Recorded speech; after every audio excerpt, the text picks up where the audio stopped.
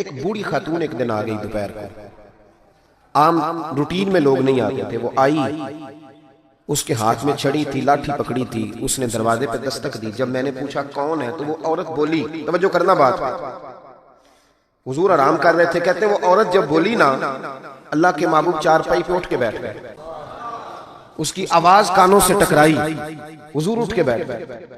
دروازہ کھولا، وہ خاتون اندر آئی تو بڑی دنیا آتی تھی، پر جس انداز میں نبی پاک نے اس کا استقبال کیا ایسا کم ہوتا۔ حضور کھڑے ہو گئے، پھر محبوب پاک نے بٹھایا، پھر حضور علیہ السلام کی میں آنکھوں کا حسن اور روشنی دیکھ کے اندازہ کر رہی تھی کہ اس کے آنے سے حضور بڑے ہی زیادہ خوش ہیں، نبی پاک بڑے خوش ہیں۔ اللہ کے محبوب نے کھجوریں دی، سرکہ دیا، دیر تک حضور ان کی باتیں سنتے رہے۔ حضرت عائشہ صدیقہ کہتی ہے محب ہو کے محبوب نے، کنز المال میں حدیث موجود ہے، محب ہو کے محبوب نے باتیں سنی، تسلی سے باتیں سنی، خوش ہو کے سنی۔ دو قسم کے مہمان آتے ہیں نا، ایک مہمان فون کرتا ہے تو بندہ کہتا ہے میں کوئی نہیں گھر، پھر کبھی آنا، اور ایک مہمان ایسا ہوتا ہے جسے بندہ کہتا ہے اتنی بھی جلدی کیا ہے، ذرا ٹھہر جائیے، تھوڑا رک جاؤ، چائے بن رہی ہے۔ کس میں ہوتی ہیں مہمانوں؟ کچھ مہمانوں سے دل لگا ہوتا ہے، دل کرتا ہے بیٹھے رہے، ذرا تھوڑا اور بیٹھے، یار تو نہ جایا کر، تو بیٹھا رہا کر۔ ہوتے ہیں کچھ لوگ۔ دیر تک نبی کریم علیہ السلام نے بات سنی، اور کیا بات ہے، جناب عائشہ صدیقہ کہتی ہیں دل حضور کا لگا، میں نے دیکھا تو میں بڑی مطمئن تھی۔ اس خاتون نے کہا کہ اب میں نے جانا ہے، لگ رہا تھا کہ حضور چاہتے ہیں ابھی رکے، لیکن اس نے جب کہا نہ جانا ہے تو حضور نے فرمایا ٹھیک ہے۔ جب وہ جانے لگی تو حضور نے تحائف جمع کیے اور جناب بلال حبشی کو فرمایا ان کے ساتھ جاؤ اور چھوڑ کے آؤ۔ جناب عائشہ صدیقہ رضی اللہ تعالیٰ عنہ فرماتی ہیں پھر وہ دیکھیں حضور عزت کس طرح دیتے ہیں، کہتے ہیں وہ خاتون چلی گئی، میرا خیال تھا کہ حضور اب مسجد جائیں گے، جب رات کو آئیں گے نا بعد عشاء تو پھر پوچھوں گی حضور یہ کون تھی، لیکن محبوب تو گئے نہیں، لیٹ گئے۔ میں اٹھ کے قدموں میں بیٹھی تو حضور کی مقدس آنکھیں کھلی ہوئی، میں نے عرض کی حضور یہ کون خاتون تھی، اور میں نے آپ کو تھوڑا انفرادی دلچسپی لیتے دیکھا، حضور کون تھی؟ جب میں نے پوچھا تو حضور کی آنکھوں میں آنسو چمکنے لگے، حضور اٹھ کے بیٹھے اور فرمانے لگے عائشہ یہ میری پہلی زوجہ خدیجہ الکبریٰ کی سہیلی تھی، یہ خدیجہ کی سہیلی تھی، اور فرمایا جب ہم مکے میں رہتے تھے تو یہ آیا کرتی تھی، خدیجہ اس کا پرتپاک استقبال کرتی تھی، اسے کھجوریں کھلاتی تھی، دودھ پلاتی تھی، پھر یہ باتیں سناتی تھی تو خدیجہ اس کی باتوں کا جواب دیتی تھی۔ فرمایا آج اس کی آواز کانوں سے ٹکرائی ہے تو ساری یادیں پھر سے تازہ ہو گئی ہیں۔ فرمایا میں نے اس کے ساتھ وہی سلوک کرنا چاہا ہے جو فاطمہ کی اماں کرتی تھی، میں نے وہی عزت دینی چاہیے جو وہ دیتی تھی۔ اور حدیث کا آخری جملہ اتنا شاندار ہے کہ اس جملے کو یاد کر لیں تو دستور بن جائے ہمارے لیے۔ محبوب نے فرمایا عائشہ حسن العہد من الایمان، تعلق اچھے طریقے سے نبھانا یہ بھی ایمان کا حصہ ہے۔ حسن العہد من الایمان، اچھے طریقے سے تعلقات نبھانا، وعدے نبھانا، عہد نبھانا یہ بھی ایمان کا حصہ ہے۔ بھائیو حضور نے عزت دی، نبی کریم نے وقار دیا، حضور ہر آنے والے کو عزت دیتے، احترام کرتے۔ ہمارے ہاں ایک بات چلتی ہے، میری طرح جو لوگ پیر کہلانے لگتے ہیں یا مولوی کہلاؤں کا ایک بات چلتی ہے، کہتے ہیں میں کیسے جاؤں، میں تو کنواں ہوں تو پیاسے خود آئیں، میں خود جاؤں جا کے کسی کو۔ ہمارے ہاں اشتہار چھپتے ہیں، دروازہ دستک دے کے کوئی دعوت نہیں دیتا کہ آج محفل ہے آ جانا، یہ رواج نہیں ہے ہمارا۔ حالانکہ اشتہار چھپانا تو بدعت ہے، چلو بدعت حسنہ کر لیں، یہ الگ بات ہے کہ اس والی بدعت پر مولوی کوئی نہیں بولے گا کیونکہ سب کے نام لکھے ہوتے ہیں نا، ان کے بھی لکھے ہوتے ہیں، لہذا اس بدعت کا ذکر نہیں کرتے۔ حالانکہ حضور کے زمانے میں اشتہار، صحیح بات کہہ رہا ہوں، اس کا نام نہیں لیں گے چونکہ ان کا بھی موٹا کر کے لکھا ہوتا ہے نا اشتہار پہ نام، تو فائدہ ہے، اس کا ذکر نہیں کریں گے۔ اشتہار چھاپنا تو بدعت ہے، چلے بدعت حسنہ صحیح، دروازے پہ جا کے دین کا پیغام دینا یہ تو حضور کی سنت ہے، لیکن وہ شان میں کمی آتی ہے نا، وہ کیسے کو جائے؟ کہتے ہیں جی ہم جناب کنویں ہیں تو پیاسے خود آئیں، تو نبی پاک نے تو یہ فلسفہ نہیں بیان کیا، حضور تو طائف چلے گئے تھے، حضور تو تبوک چلے گئے تھے، نبی پاک سے بڑا کنواں بھی کوئی ہو سکتا ہے؟ اے ساقی تیری خیر تیرے میں کدے کی خیر، ایسی پلا کہ جس کا نشہ عمر بھر رہے، ایسا بھی کنواں کوئی ہو سکتا ہے؟ لیکن موج ہے نا ہماری، ہم ان باتوں میں اڑ گئے۔ اس کا نقصان یہ ہوا ہے کہ وہ جس کا شوق ہوتا ہے وہ تو آ جاتا ہے، لیکن سب کا شوق نہیں ہوتا، کچھ کا شوق بنانا بھی پڑتا ہے، اس کے دروازے پہ جانا بھی پڑتا ہے۔ تو نبی رحمت سید عالم صلی اللہ تعالی علیہ وآلہ وسلم لوگوں کو عزت دیتے، حضور وقار دیتے، آنے والے کا اکرام کرتے۔ حضرت ابوبکر صدیق رضی اللہ تعالیٰ عنہ فرماتے ہیں مجھے ایک بڑا دکھ تھا، میرے بچے بھی مسلمان تھے، پوتے بھی مسلمان تھے، نواسے بھی حضرت صدیق اکبر کے جناب عبداللہ ابن زبیر سے آتے ہوئے نواسے تھے. فرماتے ہیں کہ میری ساری نسلیں مسلمان تھی، دل کرتا تھا میرے ابا جی بھی کلمہ پڑھ دیں. ان کا نام تھا ابو قحافہ، وہ کلمہ نہیں پڑھتے تھے اور آنکھوں سے نابینا تھے. اور باپ ہی ہوتا ہے نا. جس دن حضرت ابو بکر صدیق رضی اللہ تعالیٰ عنہ ہجرت کے وقت آئے ہیں نا، تو کہتے ہیں گھر کے اندر ایک چھوٹا سا گڑا بنایا ہوا تھا، ٹویا، اس میں اشرفیاں دینار رکھتے تھے اور اوپر میں کوئی موٹا کپڑا ڈال دیتا. فرماتے ہیں جس دن میں نکلنے لگا تو میرے پاس بہت زیادہ پیسے تھے، میں نے سارے نکال لیے اور چھوٹے چھوٹے روڑے ڈال دیے. اوپر میں نے اسی طرح بوریا ڈال دیا اور جناب اسماء سے کہا کہ ابا جی نے پوچھا نا کہ ابو بکر سارے پیسے تو نہیں لے گیا. دادے پوتیوں کے بھی بڑے سگے ہوتے ہیں نا، پوتریاں نے بھی کچھ چھڑے آ کے سارے لے گیا. پوچھا نا سارے تو نہیں لے گیا. تو تم چپ رہنا، وہ خود اٹھ کے جائیں گے نا تو اوپر ہاتھ لگائیں گے تو ان کو احساس ہوگا پیسے ادھر ہی ہے. حکمت ہے. اتنا وہ خیال کرتے تھے لیکن کلمہ نہیں پڑھتے تھے. تو ابو بکر صدیق کہتے ہیں میرا بڑا دل کرتا تھا وہ کلمہ پڑھے. ایک دن وہ بول ہی پڑے ہجرت مدینہ کے بعد، کہنے لگے ابو بکر میں مان گیا ہوں تیرے رسول واقعی سچے، چل یار مجھے لے چل میں بھی مصطفیٰ کا کلمہ پڑھا.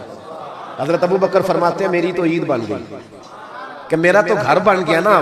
اب میرے ابا جی بھی وہاں آ گئے جہاں سارا گھرانہ کھڑا تھا. کہا کلمہ پڑھنا چلو. کہتے میں نے اپنے والد کا ہاتھ پکڑا، رہا جس طرح پکڑا مجھے مزہ آ گیا. سنو اور یاد رکھنا ہمارے لیے تو مشکل ہو گیا ہے، ہم عزت لینے کے قائل ہیں دینے کے نہیں. کہتے ہیں جب میں مسجد نبوی میں حضور کو لے کے آیا، اپنے والد کو لے کے آیا نا حضور کی بارگاہ میں، نبی کریم منبر پہ بیٹھے تھے، ابھی کلمہ پڑھا نہیں، پڑھنے آئے ہیں. کہتے ہیں حضور منبر پہ بیٹھے تھے، میں اپنے نابینا اور بوڑھے والد کو لے کے آیا، نبی کریم اٹھ کے کھڑے ہو گئے. کسی کو عزت دینے سے عزت بڑھتی ہے، کم نہیں ہوتی. کوئی عرض نہیں، کوئی عرض نہیں. اگر آپ ابا جی کے آنے پہ کھڑے ہو جائیں تو اپنے ابا جی ہیں، کوئی مسئلہ نہیں، کوئی عرض نہیں. اگر قاری صاحب جو مسجد کے امام ہے چلو ہم سے تنخواہ ہی لیتے ہیں، پر قاری صاحب کو نہ دیکھو، اس ممبر کو دیکھو جس ممبر پر وہ بیٹھتے ہیں. کوئی مسئلہ نہیں بھائی، ٹھیک ہے تو چودھری صحیح، ہم تو قاری صاحب کو سوٹ بھی 27ویں کو دیتے. کیوں پلا ستیویں تے دیندے ہو نا اتنے بھی، اس واسطے کہ کدے سواں کے پا نہ لین، کیونکہ ستیویں تو بعد درزی پڑھتا ہی کوئی نہیں. وہ کہتے ہیں ساڑھے نال دا پا لیا تو نہ رل جائے گا، اس کو وہ والا نہیں دینا، 27ویں پہ دیتے. کس بات کا ذکر کیا جائے. عزیز دوست یاد رکھ اور سمجھ. اور اب تو پیروں سے بڑا شکوہ ہے، بہت سارے پیر بھی کہتے ہیں مولویاں کول کی ہے. میں کہ خدا دے بندہ جڑا مولوی ہوندا ہے اودے کول ہی تو سارا کچھ ہوندا ہے. انما یخش اللہ من عبادہ العلماء. اللہ کریم فرما رہا ہے کہ جو میرے عالم بندوں میں سے عالم ہے وہ اللہ سے ڈرتے ہیں. تو کس قسم کی بات کر رہا؟ یہ عنوان نہیں، ورنہ اس پہ بات کرتا. نبی کریم اٹھ کے کھڑے ہوئے تو حضرت صدیق اکبر عرض کرنے لگے یا رسول اللہ میرے والد کلمہ پڑھنے آئے. یہ لفظ ساری زندگی یاد رکھنا، بھولنا نہ. عرض کی حضور ابا جی کلمہ پڑھنے ہیں، توجہ ہے میری بات پر، کلمہ پڑھنے آئے ہیں. پتہ ہے میرے محبوب نے کیا فرمایا؟ نبی کریم فرمانے لگے ابو بکر یہ بوڑھے بھی تھے، نابینا بھی تھے، بیمار بھی تھے، اگر ان کا ارادہ بن گیا تھا تو مجھے بتاتے میں گھر آ کے انہیں کلمہ پڑھا دیں. نعرہ تکبیر، دونوں ہاتھ اٹھا کے نعرہ رسالت، تاجدار ختم نبوت، تاجدار ختم نبوت. اور میرے اعلیٰ حضرت فاضل بریلوی رحمت اللہ لکھا، ادھر دیکھو میری طرف، اعلیٰ حضرت نے لکھا ہے تو نبی پاک کا لباس پہن لے رب تجھے عزت دے دے گا. کوئی نہیں سمجھ آئی آپ کو بات. اے کئی منڈے پینٹ کوٹ پا کے ساڑھ سے روح پاندے کہنے قاری صاحب تسی پڑھے کنا ہو. تو عالم اگر بتائے نا کہ میں درس نظامی کیا، کہنے نہیں وہ تو ٹھیک ہے پڑھے کنا ہو. کمال موقع ہی پہ درس نظامی کے عالم نے پڑھے کنا ہو. تیری نظر بی اے پڑھے ہی بندہ پڑھیا ہوندہ ہے، پاہمیں وہ 6 والی سیپلیاں دے کے پاس ہویا ہوئے. کیا تماشا ہے، اس تماشے سے باہر آ. نبی پاک صلی اللہ علیہ وسلم، ادھر دیکھو میری طرف. میں تو شکوہ کرتا ہوں کئی دفعہ اپنے نعت خانوں سے بھی اور نقیب سے بھی اور قاری صاحب سے، میں کہتا ہوں ساری عزت نبی پاک کے نام پہ، اور تو کہہ رہا ہے چھوٹی داڑھی میں سونا لگوں گا. میں کل حدیث پڑھ رہا تھا بخاری سے، حضرت ابو معمر رضی اللہ تعالیٰ عنہ نے حضرت خبیب سے پوچھا کہ نبی پاک زور اور عصر کی نمازوں میں قرات کرتے تھے؟ ادھر دیکھو میری طرف، زور اور عصر میں قرات کرتے تھے؟ حضرت خبیب کہنے لگے کرتے تھے. کہا آپ کو کیسے پتا ہے؟ کہنے لگے جب میں نماز پڑھتا تھا تو حضور کو چھپ چھپ کے دیکھا کرتا تھا. اور اگلے لفظ سنو، کہنے لگے زور اور عصر میں نے حضور کی داڑھی کو ہلتے دیکھا ہے. نبی پاک کی داڑھی کو چھوٹی ہوئے تو ہل دیئے، پوری ہوئے بوٹھتے تاں ہی ہل دیئے. چھوٹی داڑھی ہلتی ہوئی نظر، وہ تو تھوڑی ہلتی ہے، داڑھی نہیں ہلتی. تو داڑھی جو سرکار کا طریقہ ہے اس کے مطابق رکھیں, اپنی مرضی کی نہ رکھیں. نبی رکھ جو لی تو چھوٹی والے نے بھی لوگ مولوی صاحب ہی کہنا ہے. اور ویسے بھی داڑھی کا تو وزن ہی کوئی نہیں ہوتا. کیا ہوتا ہے؟ یہ وجود کا حصہ ہے, جسم کا حصہ ہے, حسن ہوتا ہے. حضرت صاحب ہمارے وزن تو نہیں ہوتا پر داڑھی کا حسن ہوتا ہے. سبحان اللہ. اعلیٰ حضرت فرماتے ہیں تو حضور کا لباس پہن لے. نبی پاک کا ایک بڑی خوبصورت بات لکھی آپ نے ملفوظات میں. فرماتے ہیں اورنگزیب عالمگیر بڑا سیانہ بادشاہ تھا. فتاوی عالمگیری 500 علماء کو بٹھا کے لکھوائی اورنگزیب عالمگیر. اور ملا جیون رحمۃ اللہ علیہ جو تفسیرات احمدیہ جنہوں نے لکھی ہے ان کا شاگرد بھی تھا, مرید بھی تھا. اور حضرت ملا جیون رحمۃ اللہ علیہ فرماتے ہیں دیکھیں کسی کی سابقہ زندگی اور ہے, لیکن جب وہ بدلا تو پھر کیا بدلا. فرمانے لگے کہ ایک دن فجر کی بارش تیز ہو رہی تھی تو میں فجر کی نماز میں لیٹ ہو گیا, تو میرے دل میں اچانک خیال آیا پتہ نہیں کو مسجد میں آیا بھی ہوگا کہ نہیں آیا ہوگا. لیکن فرماتے ہیں جب میں پہنچا تو وقت کا بادشاہ اورنگزیب عالمگیر مجھ سے پہلے پہنچا ہوا. تو میں نے کہا بادشاہ تو بغیر آج سپاہیوں کے آ گیا. کہنے لگے میرے دل میں خیال آیا کہ کہیں اللہ کا گھر سونا نہ رہ جائے. سپاہی بھی نہیں چل رہے تھے کیونکہ بارش تیز تھی. یہ ذوق. اورنگزیب کے پاس ایک بندہ آ گیا, کہنے لگا بادشاہ میں مداری ہوں, بہروپیاں ہوں, میں روح بدل کے دکھاؤں گا تو اس سے انعام لوں گا. اس کو اعلیٰ حضرت نے لکھا ہے اور بھی کئی لوگوں نے لکھا ہے, روح بدل کے دکھاؤں گا تو انعام لوں گا. اورنگزیب کہنے لگا مجھے نہیں تو دھوکہ دے سکتا. وہ تو پاکستان کے بادشاہ نا جن کو بعد میں سمجھ آتی ہے بنا کیا ہے. کہتے پتہ ہی نہیں چلا, تحقیق کریں گے تو پتہ کریں گے. فوراً کمیٹی بن جاتی ہے. پھر وہ کمیٹی کدھر جاتی ہے یہ بھی اللہ ہی بہتر جانتا ہے, وہ کس کھاتے میں کمیٹی جاتی ہے. اورنگزیب عالمگیر سے کہنے لگا میں روح بدل کے دکھاؤں گا, اگر آپ نہ پہچان سکے تو انعام لوں گا. اس نے کہا چلو ٹھیک ہے تجربہ کر لو, میں بڑا انعام دوں گا. اورنگزیب ایک دن سفر پہ نکلنے لگے جہاد پہ, تو فقیر آیا کرتے تھے بادشاہوں سے مانگنے. اس نے بھی منہ ساری مونچھیں اور داڑھی صاف کر لی اور چہرے پہ سیاہی مال لی, کپڑے پھٹے پرانے پہن لیے. بادشاہ گھوڑے پہ گزرنے لگا تو بھکاریوں نے اپنے اپنے پیالے آگے کیے. اس نے کسی کو 5 روپے دیے, کسی کو 2 روپے دیے. جب بہروپی آیا تو اورنگزیب نے 10 روپے دیے. کہنے لگا تیرے آنے جانے کا کرایہ میں نے تجھے پہچان لیا, کچھ کر کے آ اگر کچھ کرنا ہے. تھوڑے دن کے بعد بادشاہ نے کہا کہ میں نے فوجی بھرتی کرنے ہیں, دوڑ لگانے والے لڑکے چاہیے. اس نے بھی ذرا مونچھیں بڑی کر لی اور لڑکوں کے بیچ دوڑ لگانے لگا. بادشاہ نے کہا وہ جو نوجوان دوڑ رہا ہے اسے بلاؤ. اس کو بلایا تو کہنے لگا یہ 10 روپے لے, تیرے آنے جانے کا کرایہ میں نے پہچان لیا. کچھ دنوں کے بعد بادشاہ نے کہا ٹیچر چاہیے بھرتی کرنے ہیں, تو اس نے بھی جناح کیپ پہن لی. سمجھ لیں مثال دے رہا ہوں, اچکن شچکن شیروانی پہن لی, چھڑی پکڑ لی, مونچھیں بڑھا لی, آ گیا. 2-3 بندوں کا انٹرویو ہوا. اس کی باری آئی تو اورنگزیب کہنے لگے 10 روپے دے لے اور نکل جا, میں نے تجھے. دلیل کیا ہے؟ حضور نے فرمایا اتقوا فراست المومن فإنه ينظر بنور اللہ او کما قال نبی صلی اللہ علیہ وسلم, رواہ ترمذی. محبوب فرماتے ہیں مومن کی فراست قلبی سے ڈرو, وہ اللہ کے دیے ہوئے نور سے دیکھا کرتا ہے. بادشاہ پہچان لیتا. قصہ مختصر کے 2 سال بیت گئے, بس بات بھی سمیٹ رہا ہوں میں اپنے. 2 سال بیت گئے, 2 سال. بادشاہ ایک سفر پہ جا رہا تھا, فوج ساتھ تھی, 10,000 کا لشکر تھا. ایک پہاڑی کے پاس سے بادشاہ گزر رہا ہے تو بادشاہ نے دیکھا کہ ترچھی سی چٹان ہے, پہاڑی ہے, تو لوگ جا بھی رہے ہیں آ بھی رہے ہیں. یہاں کیا ہے؟ انہوں نے کہا جی ایک درویش بابا بیٹھا, لوگ دعائیں کراتے ہیں. پرانے سارے لوگ یہ اللہ والوں کو مانتے تھے, یہ ڈائریکٹ والے ابھی آئے ہیں, سارے اللہ والوں کو مانتے تھے. اورنگزیب عالمگیر کہنے لگا میں بھی اچھے کام جا رہا ہوں, میں بھی دعا نہ کرا لوں. بڑی بادشاہ آپ کو پتہ ہے نازک مزاج ہوتے ہیں. ہمارے ہاں تو پیر اور پیرزادے بھی بڑے نازک مزاج ہوتے ہیں. 6 لوگوں نے ٹیشو پیپر پکڑے ہوتے ہیں پیر صاحب کے بیٹے کے, 4 آدمیوں نے جوتے. پھر یہ شہزادہ کیسے جہاد کرے گا؟ اسی لیے اس کو تھوڑی سی گرمی لگتی ہے تو فٹافٹ مان جاتا ہے, کسی میدان میں کھڑا نہیں رہ سکتا, اس کے لیے مشکل ہوتا ہے. عام دام پر سے مطلب وہ بادشاہ بڑی مشکل سے, بوڑھا بھی ہو گیا, نازک مزاج بھی تھا, اوپر چڑھا پہاڑی پہ. جب اوپر گیا تو پوچھا جناب ملنا پیر صاحب سے. انہوں نے کہا لائن لگی ہوئی ہے, تو بھی لائن میں لگ جا. ہمارے پیر صاحب کا کوئی طریقہ نہیں, بادشاہ امیر غریب سارے لائن میں لگ کے ملتے ہیں. بادشاہ لائن میں لگ گیا, 50 آدمی کھڑے تھے. اب 50 کے بعد باری آئی, عطیات کی حالت میں بابا جی کے آگے بیٹھ گیا. بابا جی کا جبہ کبا دستار, میں جہاد کے لیے جا رہا ہوں. بزرگوں نے ہاتھ اٹھائے, دعا مانگی. پھر 2-3 نصیحتیں بھی کر دیں کہ بیٹا دیکھنا اگر کسی وجہ سے خدا نہ خواستہ ناکامی ہوئی تو مایوس نہ ہونا, کامیابی ملی تو تکبر نہ کرنا. اور تھپکی دی. بادشاہ الٹے قدم جب غار سے نیچے اترا تو پلو جاڑ کے کھڑا ہو گیا. کہنے لگا آج نہیں نہ پہچانا تم نے, لا میرا انعام, آج نہیں نہ پہچانا. بادشاہ کہنے لگا آج تو مروا دیا یار تو نے, کہاں میں چڑھا کہاں میں رکا, تھک گیا, گرمی کتنی ہے. بہرحال مزہ آیا.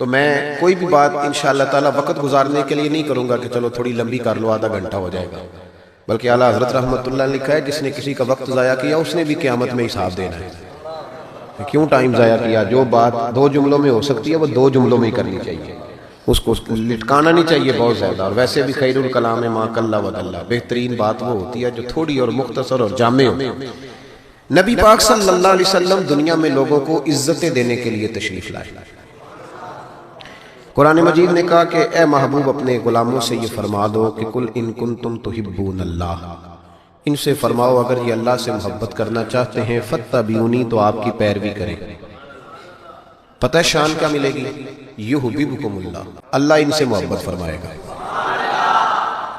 نبی پاک صلی اللہ علیہ وسلم کی ادھر دیکھیں میری طرف، ہم نے تقریروں کو نا، اب تقریریں کیونکہ رہ بھی ماشاءاللہ سبحان اللہ کے لیے گئی ہیں، کئی میری طرح کے لوگ کہتے ہیں مجھے مزہ نہیں آیا اونچا سبحان اللہ کہو، تو میں کہتا ہوں خدا کے بندے تیرے مزے کے لیے سبحان اللہ کہا تو ثواب ہی کوئی نہیں ہونا، کیونکہ اللہ کا ذکر جب تک اللہ کی رضا کے لیے نہ کیا جائے اس وقت تک اجر ہی نہیں ہوتا۔